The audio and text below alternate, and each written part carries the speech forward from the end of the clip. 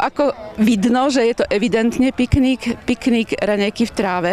Tretí ročník sa odvíjal od tých predošlých dvoch. Raňajky v tráve si myslím, že ľudia zobrali doslova.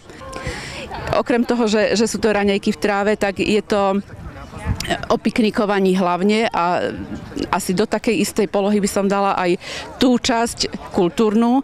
To znamená, že máme tu Dražovský kostolík, dominantu, ktorá nemá páru na Slovensku, a v kostolíku sme pripravili výstavu akademického maliara Karola Felixa. To je spojenie, ktoré vzniklo poprvýkrát.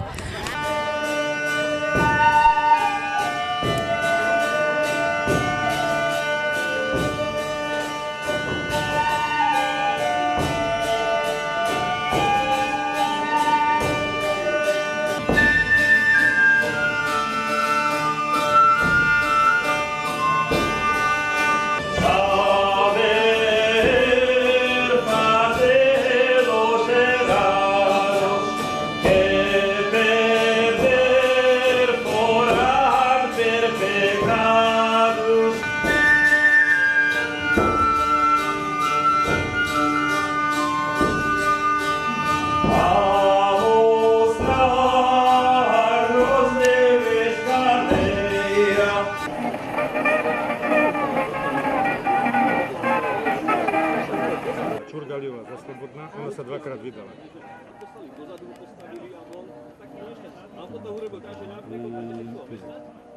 Okrem toho živú lúku, floristu a módneho návrhára Roba Bartolena. Táto expozícia doplňa pekne kopec. Videla som, že ľudia inklinujú k tým kvetom, ktoré tu sú inštalované. Asi tam dávali ako prvé deky. Celý piknik je postavený na vlastných piknikových košíkoch a občerstvenie si môžu doplniť či kávou, či zmrzlinou. Dražovské vína ponúkame, medovinu a také malé maškrtky. Dobre, super.